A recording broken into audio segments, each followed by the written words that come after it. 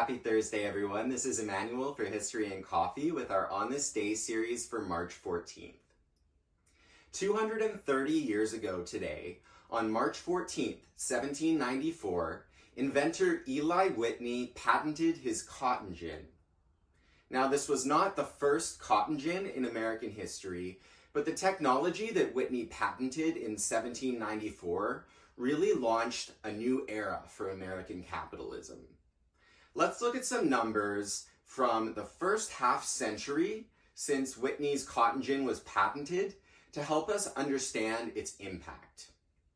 Historian Edward Baptist points out that, quote, "The crop of cotton in 1859 was astonishing. Almost 2 billion pounds of clean fiber in 4 million bales.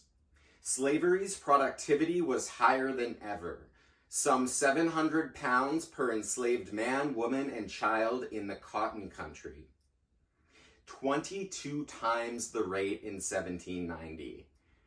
End quote. This last part is worth repeating. In the first half century of Whitney's cotton gin, the rate of cotton production for each enslaved person increased by a factor of 22. How did Whitney's cotton gin enable this growth?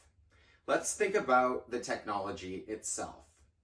Historian Angela Laqueti helps us understand this. Her book, Inventing the Cotton Gin, Machine and Myth in Antebellum America, published by Johns Hopkins University Press in 2003, is the most important work to my historical understanding of the cotton gin.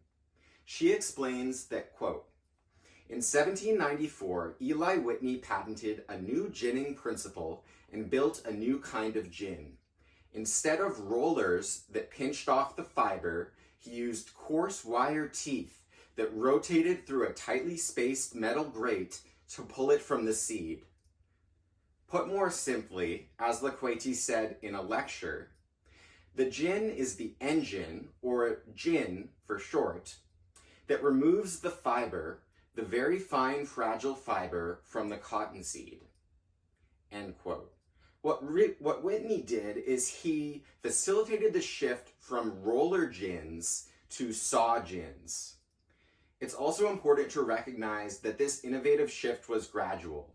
Laqueti writes, quote, "Roller and saw gins competed in the fuzzy seed cotton market from 1796 until the mid-1820s, when the roller gin was marginalized in the small market for long staple cotton, and the saw gin became the gin of the expanding short staple cotton market." End quote. The driving force behind the growth of Whitney's saw gin was American slavery. Laqueti clarifies this relationship at the center of American racial capitalism.